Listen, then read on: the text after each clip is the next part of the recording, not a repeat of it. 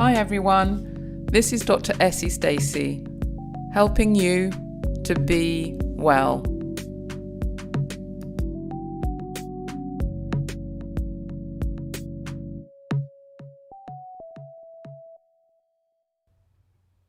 Hi everyone, welcome back to Patient Journey Tim number 4. Let me just try and get that a bit better. So what are we going to be covering today? What have I got for you?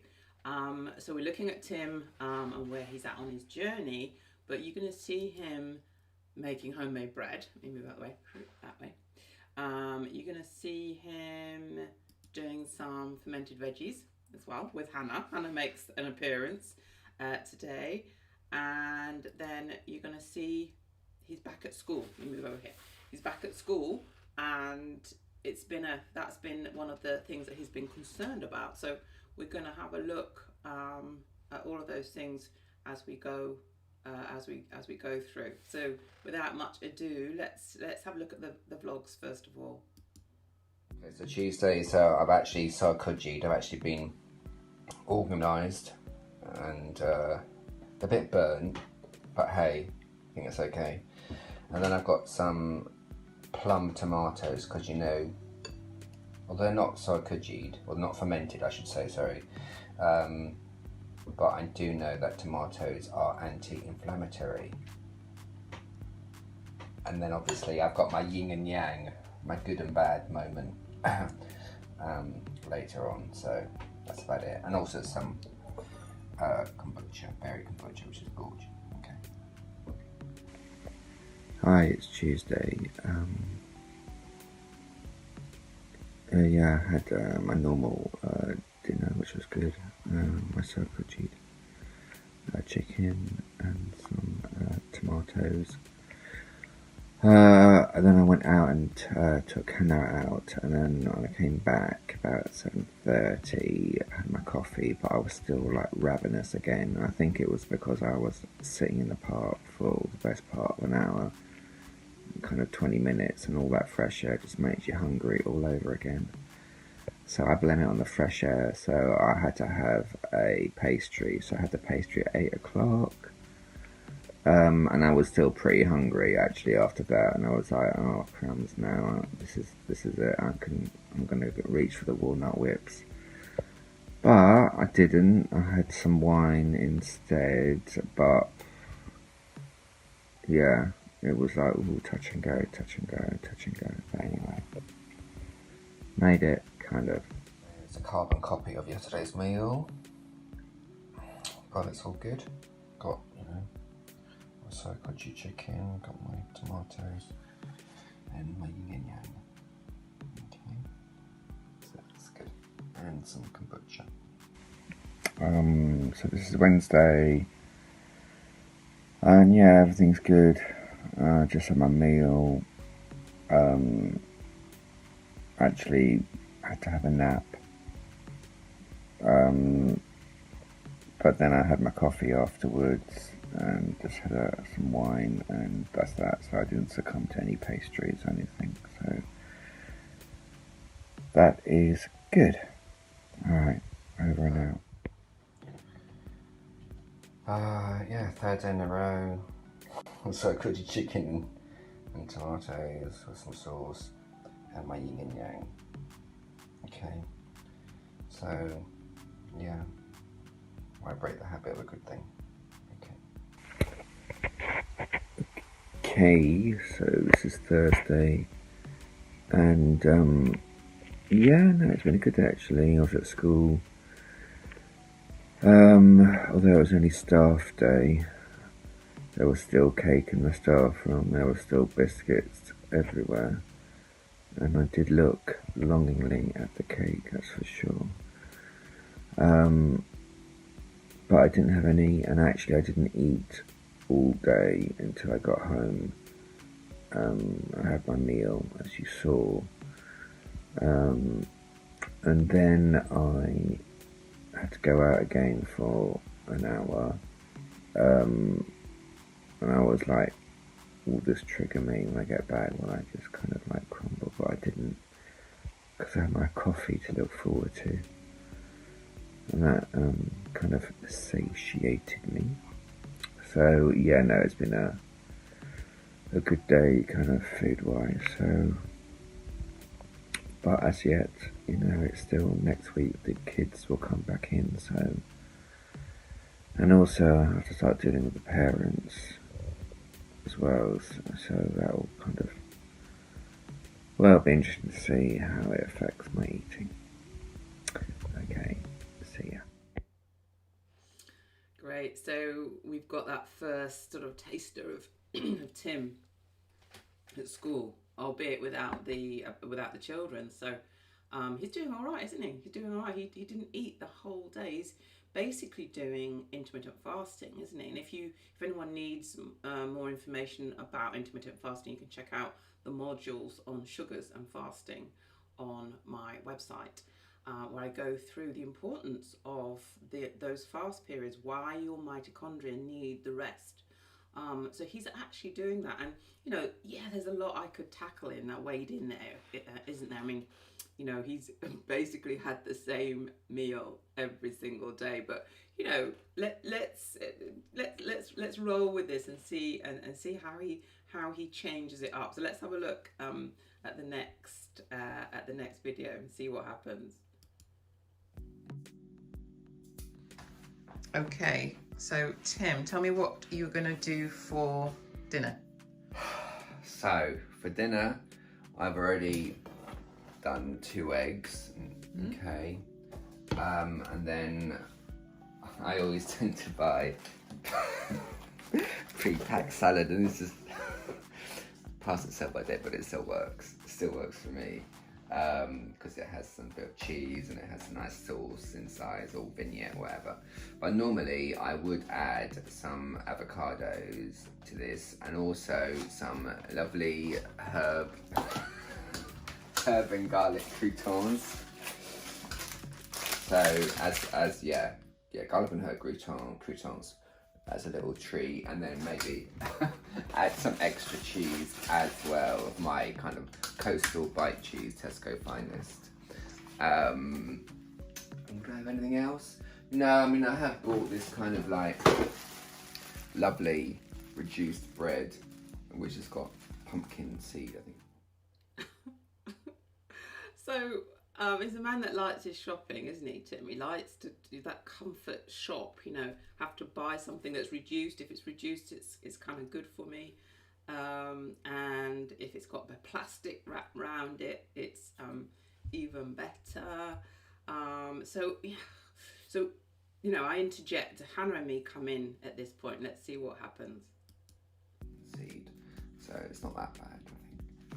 Okay, so what we're going to do is perhaps just jazz this up a little bit.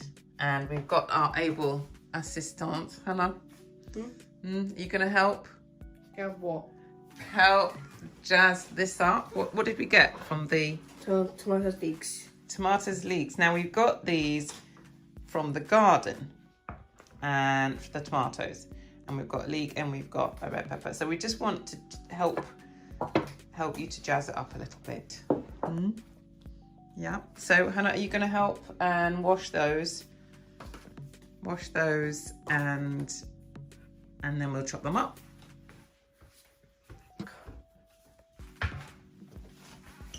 Give them a rinse. Okay, so Tim, you do the leek. As thin as possible. Well, yeah, that's fine. Like Jamie Oliver. Yeah.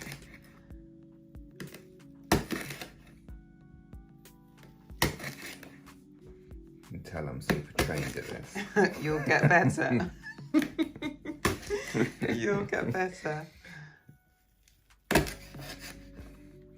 bit more of a slicing action rather than a chop. That's it. Yeah, you see, it's all technique. Yeah. That's great. And yeah.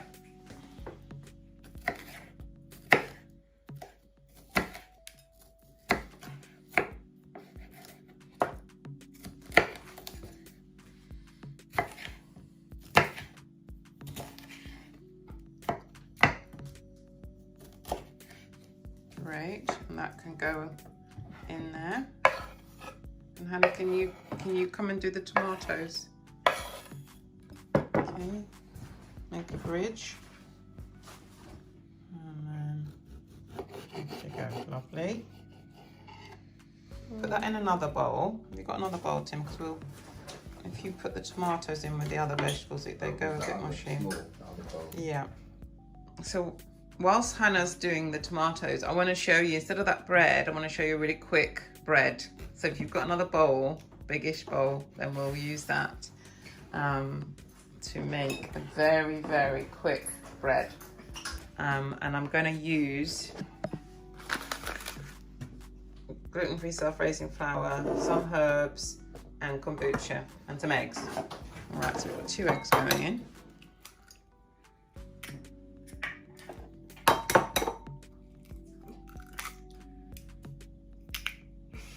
A bit of flour.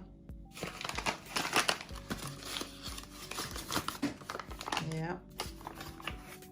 Put that in. How much? Yeah. Keep going. Bit more, bit more, bit more. Can't really do too much. So do a good dollop at the same amount of as if you got of egg in there, probably. More.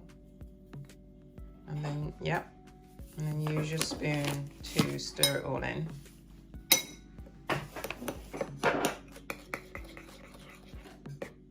Or your fork, whichever's easier, really. Well done, Hannah.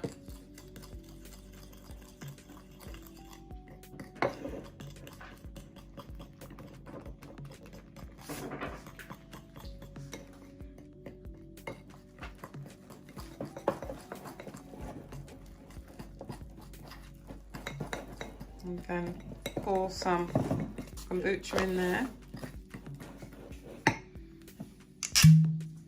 That's giving you a ferment. Yeah. Enough? Probably enough. And we can always add more flour. You can also now add some herbs as well. Maybe just a pinch of those. Maybe a bit more, Yeah. That's it. Mix that all in. Maybe some salt. I don't know, we got some. Okay, carry on with that.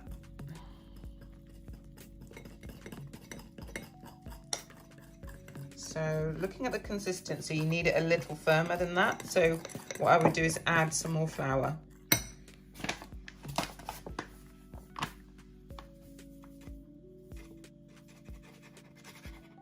That's it. Use your spoon, because you don't really need the full. Just fold it in with your spoon now.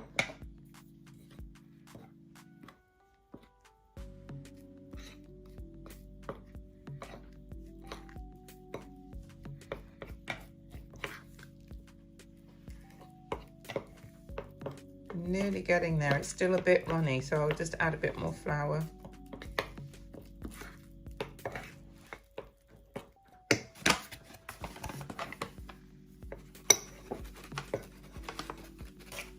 Yeah, that's probably enough. So the aim is just to get it to this consistency. It doesn't really matter. You don't need to measure it out. As you see, you just want to get it to this consistency, and you need your kombucha in there to provide your ferment, which will convert the carbs into some lovely bioactive substances. Yeah, that's about it. So then what you do is you just can leave that maybe half an hour or more to ferment, and then we can put that in the oven as your bread. Okay. Is that good? Yeah. Well, we've got to taste it first, but good. So you cover it just with a plate or something so that flies and stuff don't get at it, and then leave it for it to rise. Yeah. Great. Great, a quick bread. So just a few points in that. I'm using kombucha as the ferment instead of the yeast, the brewer's yeast. Kombucha has yeast in it, but it's also got bacteria, and it's going to transform that flour into beneficial substances. If you want to know more about that, again, I've got a webinar on breads and batters, because I make batters in the same way on my website, dressie.com. So take a look at that. We're a gluten-free household as well, and so all the flours are gluten-free. And when you're making breads with gluten-free flour, it needs to be a little bit runnier. If you're using normal flour, it's going to be more like the traditional sort of dough looking. So that's why, I've got that kind of consistency going there. Okay, so let's go back to see how they're getting on. Good, so we've got our vegetables and let's jazz these up. So this one, let's jazz it up with some shoikoji. So Tim, you're gonna, or Hannah, add some shoikoji to that. Hannah gonna do it. Squirt that.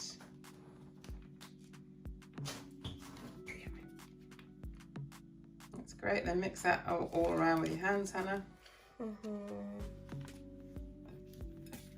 And you can also add some salt and pepper. Some salt and pepper there, Hannah. Or Tim.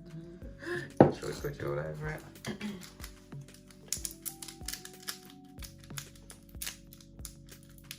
Yeah. Oh, to do this. Is it that one? Yeah, that way around. Yeah. How to do Yeah. it. Yeah. Oh, sorry. My shoikoji need more sauce. No, we're doing another ferment with that. That's excellent, Hannah. So mix all that in, the salt and pepper. Great. And the thing is with this type of thing, Tim, is you can make you can wash your hands, Hannah, if you like. That we probably need to cut that a little bit better. Oops. The thing is with this is you can make a huge bowl of this and it will last all week. Yeah. So that you're not having to buy these things. If you make a huge bowl of this, you could still buy your leaf lettuce, but we have actually got the leaf lettuce out in the garden. Just out in the garden, just there, not very far away. So that's great. So you've got that, and for this one, we're going to change it up a bit and ferment it with kombucha. So here you go, Tim. You can just put a slosh of kombucha on that. Yeah, that's enough. Salt and pepper. How are you going to do that? Thank you. Assistant. Fabulous. Look at that. Kitchen skills. Great. And a bit of olive oil as well will be really nice to go on that. Now, ideally, when you're olive oil in cans, but we'll go for this. Come on. That's enough. That can all get mixed in and be left. You can eat that, both of these, you can eat them straight away.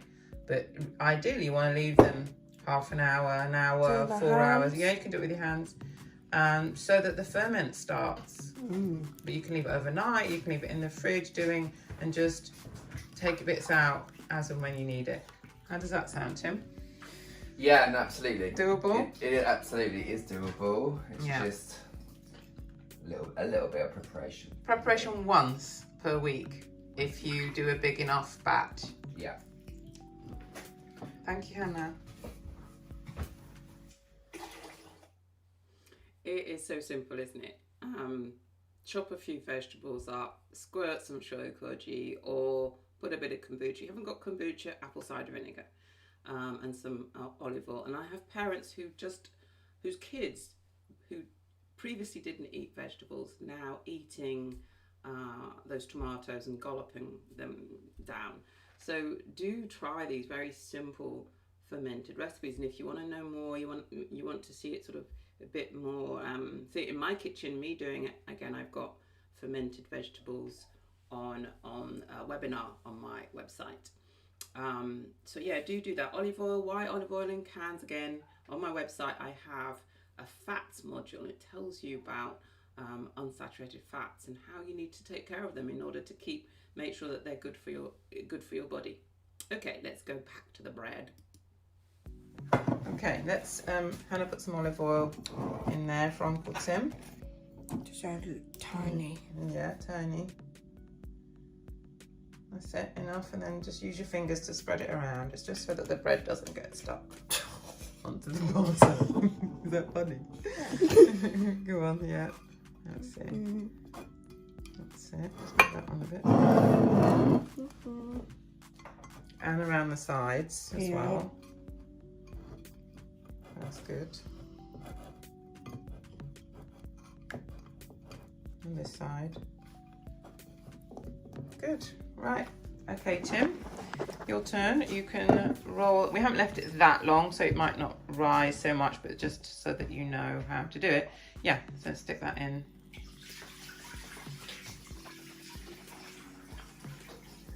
And this is going to be like flatbread, really. Flatbread. Ooh. Do you like flatbread, Hannah? I do. What does it taste? You want to have a taste? Yeah. Tastes like. You want to see what it tastes like? I was gonna see it tastes like. That's great. Doesn't have to reach the Doesn't edges. matter, no. You can, well, you'll see what it looks like. It's what it tastes like, really, isn't it? Use a, it's got to get off your hands or something. The last bits. Don't do this at home using a knife to get things off. Just get sticky.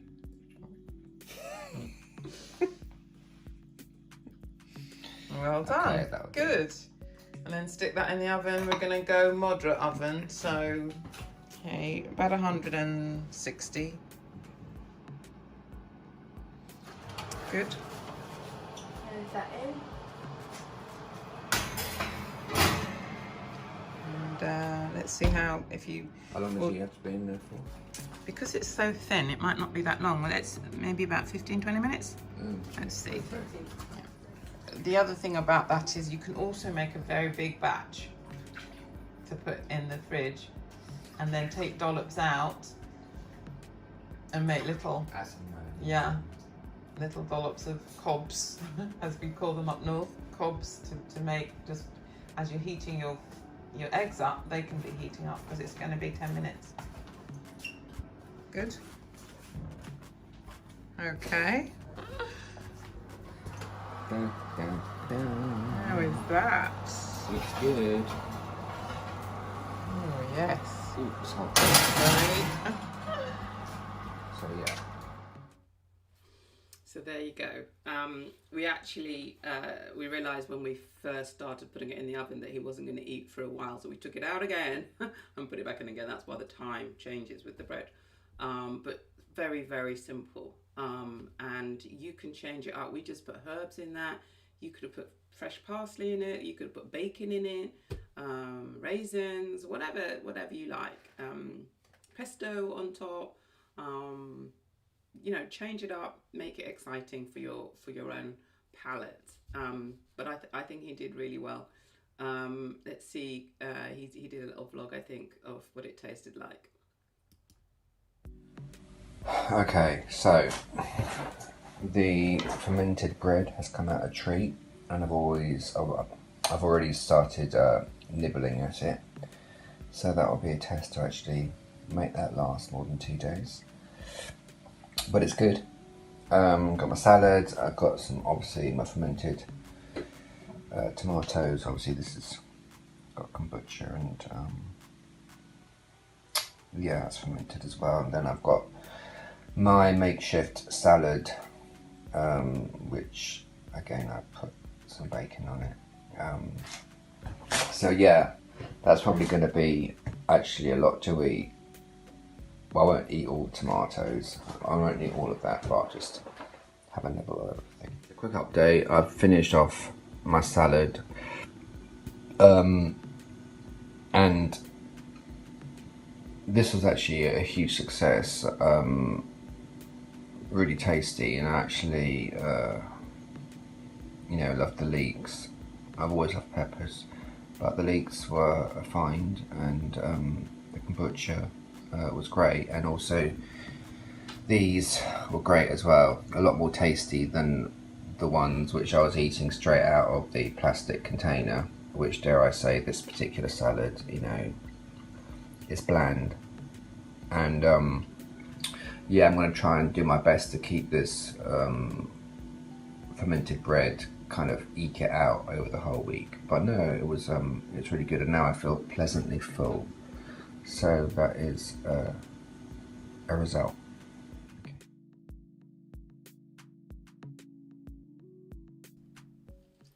So he's done really well, hasn't he? He's,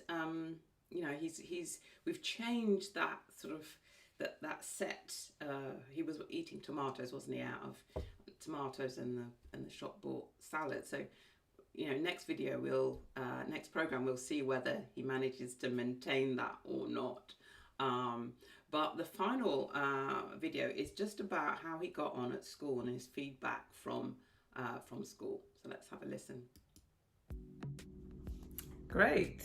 Tim, how has the week been? So this is the first full week of school, and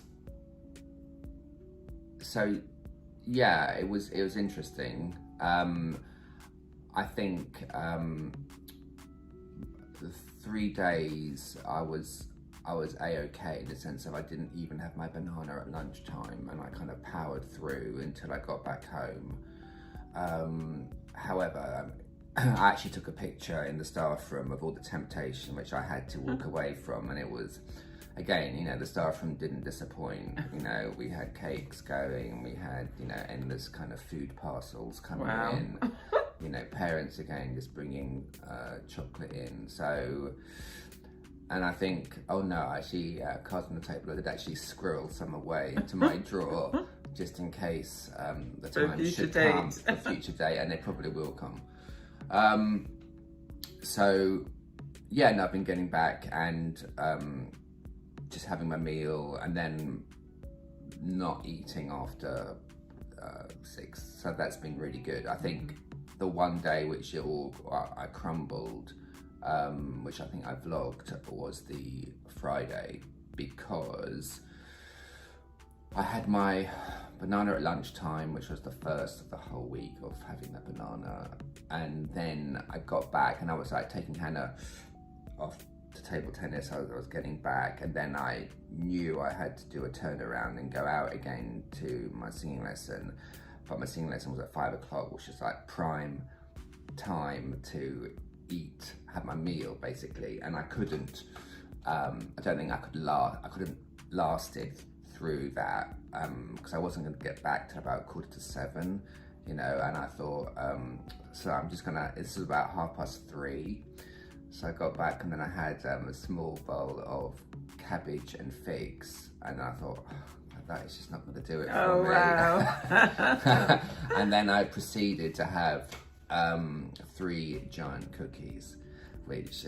Where did they come from? Well, I had accidentally bought them because they were on sale or whatever. So again, I've always got, my stash kind of tucked away somewhere.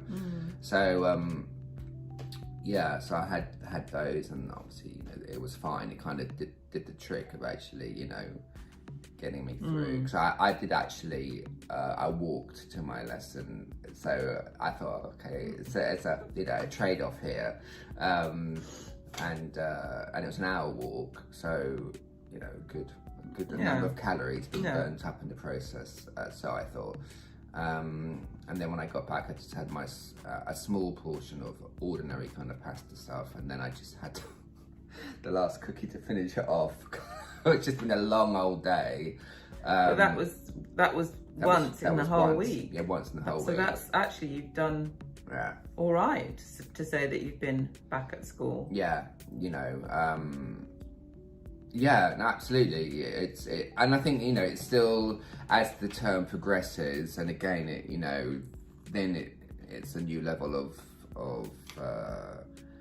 you get more tired, don't you? Let's face it, and it's more when parents' evenings kick off as well. It's all the pressures start building up slowly. So yes, I know that I can do it in this first week and just not eat in there. So yeah, I've got to take that, and so it's interesting to think. Well, you've made an adjustment to an additional stress. So that's quite an important milestone in this journey. Yeah, well, it's dealing with stress, isn't it, really? And the habits which I've cultivated over the years, being in school and just,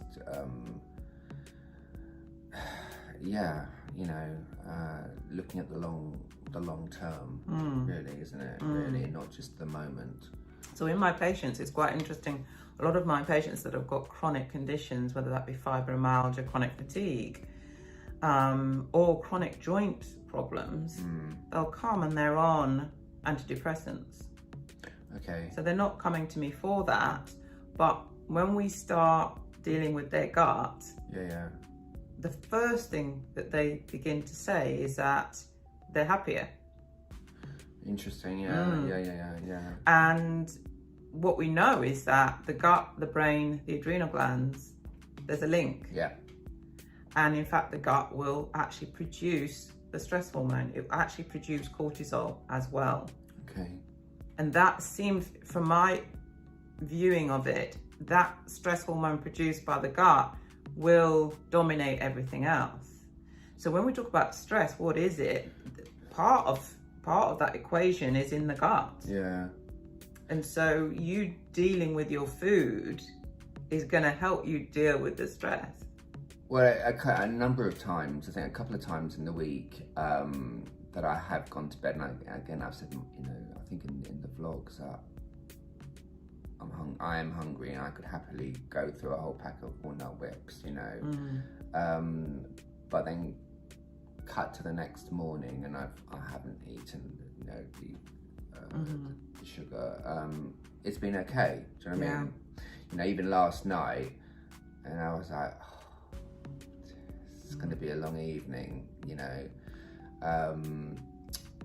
but now, it's fine. It's fine, And it was interesting kind of having, as you said last time, I need some more fish oils, and then I had the moment of, I'm going to have that mackerel, and it was like, I don't know what was going on in my gut, but it was something, Yeah, well, the mackerel may have been toxins in the mackerel. Really? Yeah. Mackerel. It's always good to know. Maybe the toxins in the mackerel and it's incredibly rich. Yeah. I was like, that could quite easily be that. But also, it also shows me that your gut has got some way to go, because you want to get to the point where your gut can cope with whatever's been thrown at it. So that tells us, the gut has got some way to go. But you're on that track. You've. So how have you got on since we made the? Yeah, well, like when you came down and showed me. So I've done my leek salad and my. So you made some yourself? Yeah, and it's fine. Actually, it's really good, and I'm a real fan of leeks all of a sudden. That's great. Isn't it? No, it's good. And again, it just doesn't take too long to prep. And so this afternoon, I've set myself the challenge of doing the bread. Good. So that's hopefully that'll be okay. And I have bought some more, I don't know what you think, but tinned sardines. See how they go. They're oily fish, It's fish, isn't it? But really? not, I would say not more than twice in the week, okay. Because of the toxins. Remember what types of toxins there are in there? I don't. So mercury, plastics. All right. Okay, pretty obvious. Yeah. Well, it's not necessarily obvious, but that's why you need to take the fish oils, because you need the omega-3s that are in the fish, but if you take more fish, you're going to get more toxins.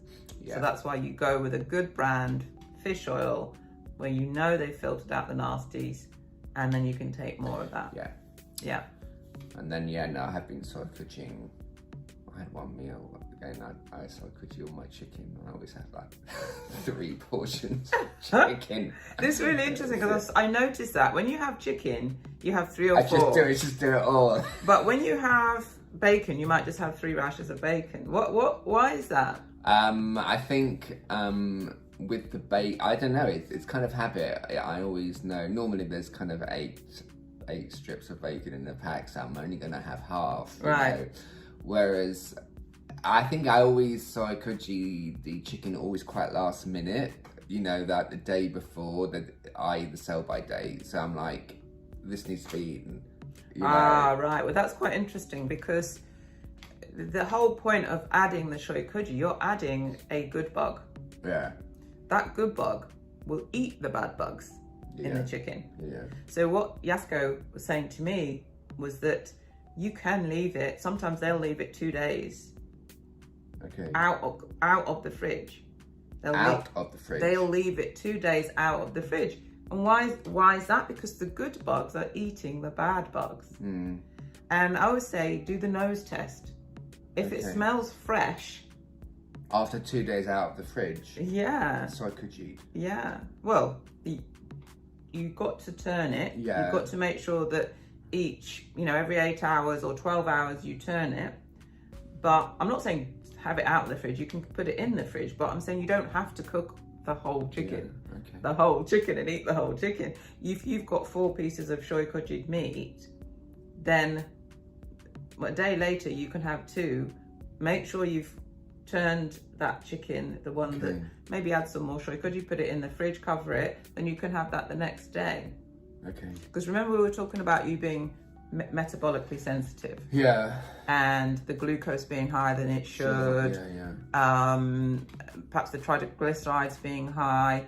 That's carbs, so we know that, but it's also maybe your proteins being converted into carbs.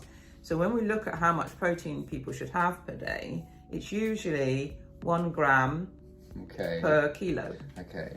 So say, for example, you were 90 kilos, that would represent the amount of protein per day would be 90 grams of protein. Okay.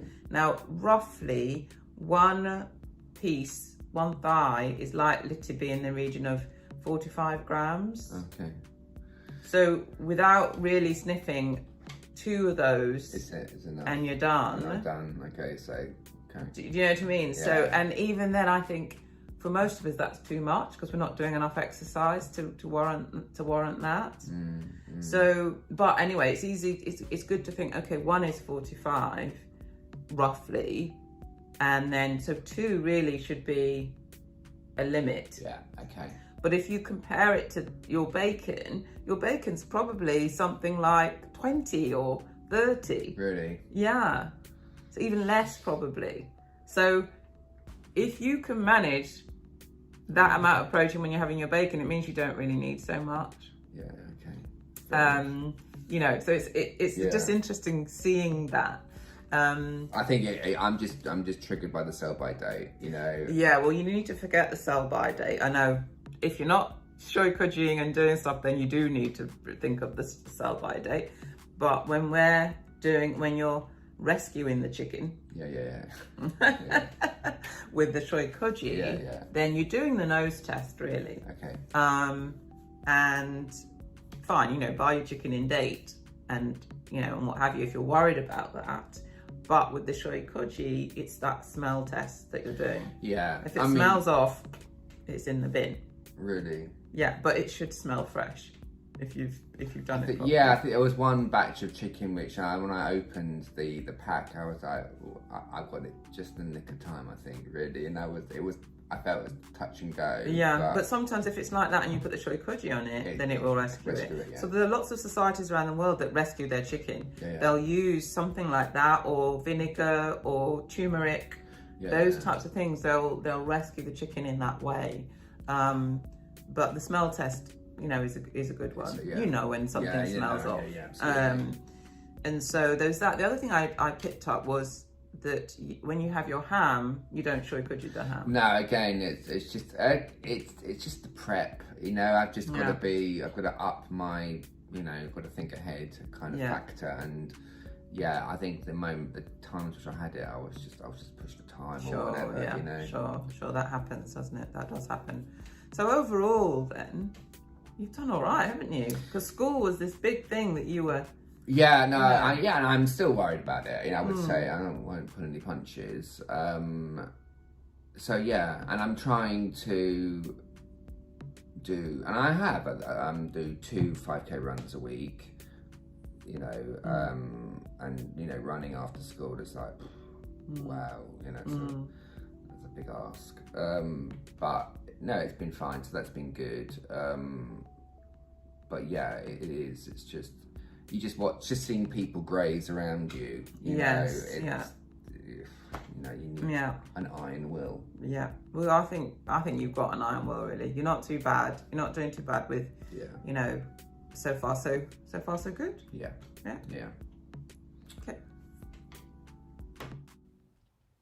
So I think he's done amazingly on this journey, and we're taking it slowly. He's really transforming just little by little the way he eats and prepares. So I think he's done really well.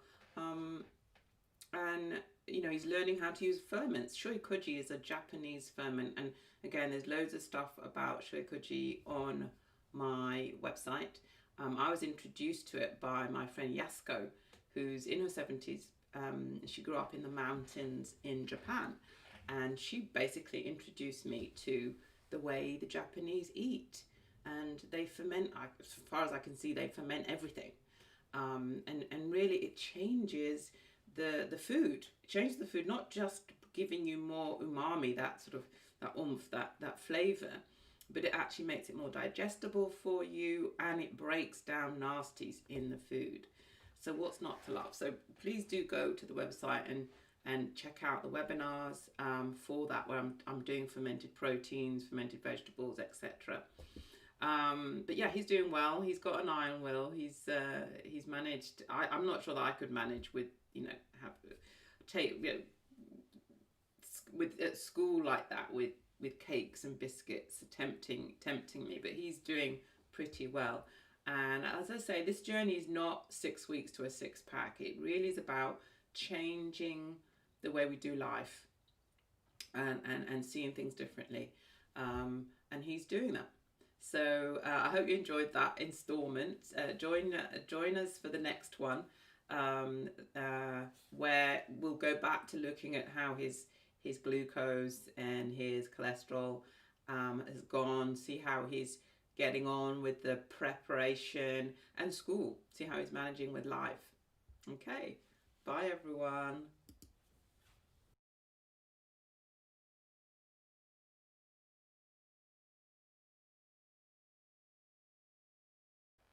That's it for now, everyone.